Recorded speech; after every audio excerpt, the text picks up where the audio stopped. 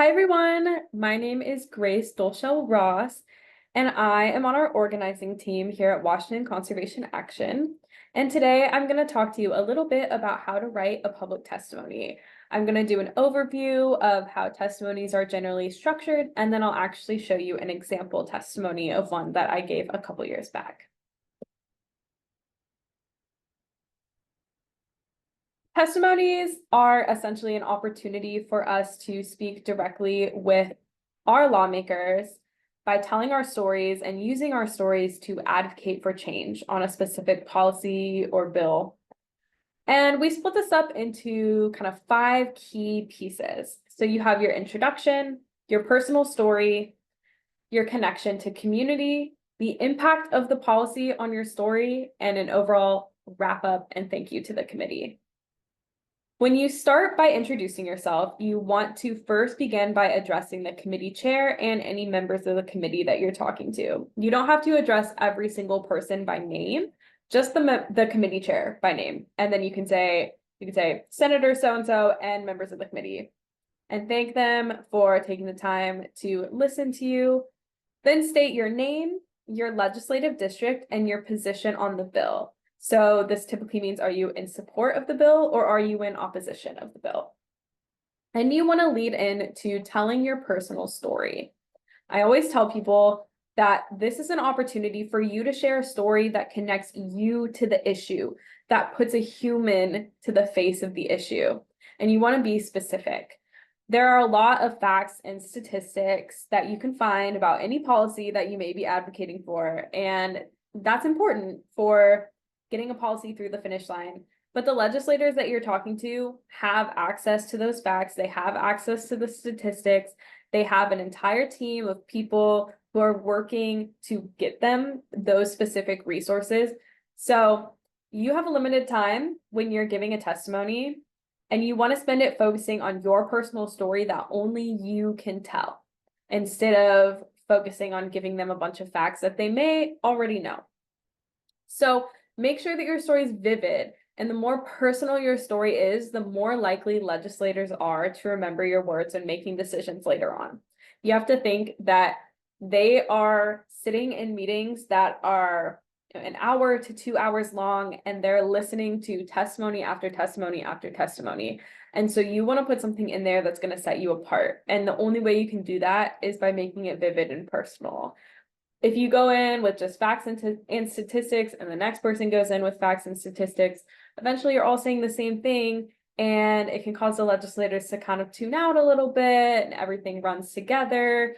So making it personal and really making it vivid and descriptive is a great way to make sure that people are paying attention and they remember it later on. Once you tell your story, you then want to connect your story to community. So what I mean by this is you start by telling a story that's personal to you, but then acknowledge that other people in your community have probably experienced that in similar ways. They probably have similar stories to you. And so explain how others in your community are affected by the issues. And if possible, this is where you can include a fact or a statistic about the impact, but you want to keep it brief and you want to keep it relevant to what your story is and what the community impact is, right? Something to think of a fact in this case as something that's enhancing the story that you're personally telling, that's adding weight to the story that you're telling. So there's a purpose for it. It's not just like throwing in a fact to throw in a fact, right? Then we want to move on to explaining the impact of the policy. So think about, if this policy was in place when your story happened, would the story have a different outcome? Explain how the policy connects to your story and will impact you and your community moving forward. And so if you're in support of the bill, how will this help you? If you're in opposition of the bill, how might this hurt you? Then you want to wrap up and thank the committee. You always want to thank the committee and leave room for questions or your contact information in case they want to follow up for you. This really depends on if you are submitting a written testimony or if you are giving verbal testimony either through Zoom or in person. If you're giving verbal testimony and you're face-to-face with the legislator you're talking to, then you can just leave it open for them to ask you questions. But if you're writing a testimony, leaving an email or a phone number that they can reach out to you at is a really best practice, so that, in case they do have questions, you can continue to be a resource to them. With that, we're going to move on to sharing a personal testimony example from myself. Something I will also add is that you want to be very sure you know what the time constraints are when you're writing your testimony. So usually when you sign up to testify somewhere, they'll tell you, oh, you have 90 seconds or you have 2 minutes. The most common testimony times that I see is between the 30-second to 90-second window. Sometimes you can do testimony of up to 5 minutes, but that's usually pretty rare. So I tell people to aim for the minute to 90 seconds and practice saying it out loud. If you're going to be giving your testimony verbally, practicing it out loud so you know how much time you have to work with. And also have a couple different iterations of it. Like, know what's your most important pieces that you are not willing to part with, because sometimes you're told, oh, you have 90 seconds, and then a bunch of people sign up and now you only have 30 seconds and you have to cut some things out. So as you're writing your testimony and as you're reading through after you write it, maybe highlight some of the key parts of it, the things that you really want to make sure that the legislators hear. That way, if you do have to shorten it down, you're able to do so, because when your time is up, your time is up. They will cut you off and you won't be able to finish your testimony. So you really want to make sure that you're able to be flexible in that way. But okay, we're going to read out this testimony example, and then I'm going to pull out a couple of key things for you all. I gave a testimony, not the exact one, because I unfortunately couldn't find it back in my Google Drive from a couple legislative sessions back, but I remembered most of what I said. So I rewrote it now. So this is not the exact testimony that I gave, but it's pretty much the testimony that I gave. And this was for climate resiliency funding a couple of years back in a legislative session.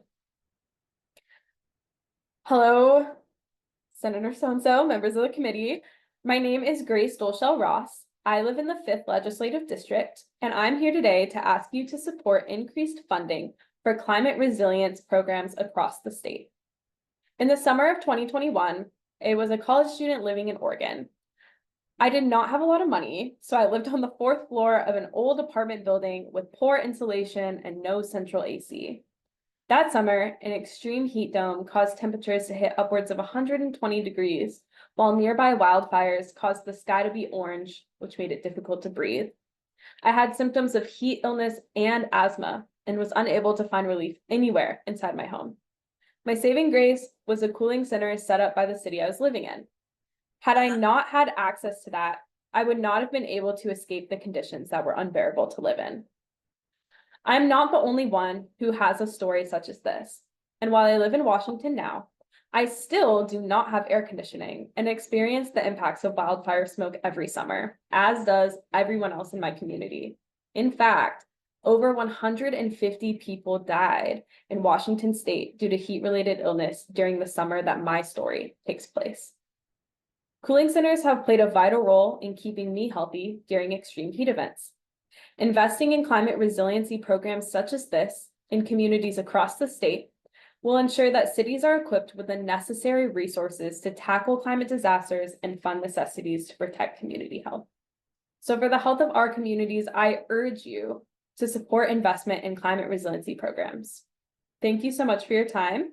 If you have any questions, you may reach out to me at grace@conservationaction.org. So that was I kind of altered this a little bit too, because when I gave this testimony, I actually was working in the Oregon legislature. So I adapted it a little bit for you all to show that even though it was in Oregon, there's still similarities to what's happening in Washington, right? And this can be true for you too. Not all of you may have lived in Washington your entire life, or you may have stories or experiences or examples that take place in other places beyond just Washington or whatever, Washington County you're speaking in, and that is okay. Telling your personal story and connecting it to the policy is what's most important. right? So a couple things that I want to point out here.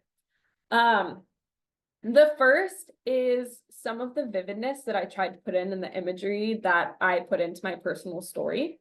So I could have said, oh, in the summer of 2021, there was an extreme heat dome that made me feel sick and experience asthma. So I went to, but I had access to cooling centers and that helped me. But instead, I kind of expanded it a little bit more. I spent the most time on my personal story. That's the biggest paragraph here on this page. And I said, I was just out of college, so I didn't have a lot of money. So I didn't have any other options than to live in this old rundown apartment building and extreme heat dome paired with wildfires that made the sky orange, like really leaning into setting the scene and describing where I was at that point in my life and what it felt like and why I was experiencing the things that I was experiencing, right? Drawing it out more helps it stick, helps it tell more of a story, paint more of a picture, which, as we've talked about before, helps people remember it more and pay more attention as you're sharing it. Then when I talk about connection to community, this is where I said, when you put in a fact or a statistic and a testimony, you want to put something in that holds weight with the story that you're telling. So I did research ahead of time for writing this testimony, and I found a research paper written by people at the University of Washington who looked into heat-related deaths due to the heat dome of 2021, and that's where I found this statistic. And I added that in specifically to show that I had really severe symptoms, but was able to find relief during a cooling center. But it wasn't just me, and some people were not able to find access or relief in cooling centers. Some people succumbed to that. And in fact, this is a really high number. And so I put that in there so that they couldn't just write it off as, well, you were just living in a poor apartment that didn't, an unequipped apartment, or you, not everybody had that experience, that you're just one person, showing I had this experience and other people had this experience and this amount of people actually died because of this. Then that helps me lead into talking about the policy impact, what helped me, what could have helped other people, and leading into the wrap up. That's pretty much it. I really want to be a resource to you all and want to support you and help you in feeling comfortable with your testimonies. I know it can be overwhelming if you haven't testified before, if it's your first time writing a testimony. So if you have questions at all, no question is a dumb question, please do not hesitate to reach out to me. My email is grace@waconservationaction.org. You can send me your testimony. I can look over it. I can provide feedback. I'm happy to set up a time to meet and connect with you that way as well. And then you can always find more information and resources on testimony and access to other staff members to also answer your questions on our website at www.waconservationaction.org. So thank you so much for following along and for being interested in providing testimony. Our stories are our power, and we all have stories that can be used to create change. And so I'm just always so thankful for anybody who is brave enough and is vulnerable enough to use their story in this way and to provide testimony in this way, because it really does make a difference. So thank you, thank you, thank you, and good luck on your testimony writing journey.